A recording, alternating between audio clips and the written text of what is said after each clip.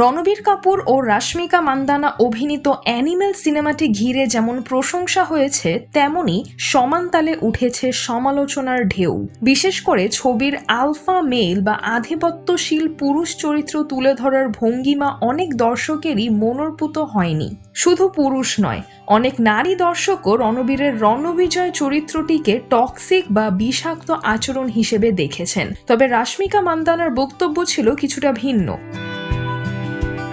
তিনি জানালেন, বাস্তব জীবনেও রণবীর কাপুরের চরিত্রের মতো একজন পুরুষের সঙ্গে ডেট করার কথা ভাবতেই পারেন তিনি। এই মন্তব্য সামনে আসার পর সামাজিক যোগাযোগ মাধ্যমে শুরু হয় বিতর্কের ঝড়। অনেকেই প্রশ্ন তুলেছেন, একজন নারী কিভাবে এমন বিষাক্ত আচরণকে সমর্থন করতে পারেন। এক ভক্ত সরাসরি রাশমিকাকে জিজ্ঞেস করেন, আপনি কি বাস্তবেও রণবিজয়ের মতো কারো সঙ্গে ডেট করবেন? উত্তরে রাশমিকা বলেন, হ্যাঁ, আমি ডেট করতে পারি। আমি বিশ্বাস করি যদি কাউকে সত্যিকারে ভালোবাসা যায় তবে সে অবশ্যই আপনার জন্য বদলাবে।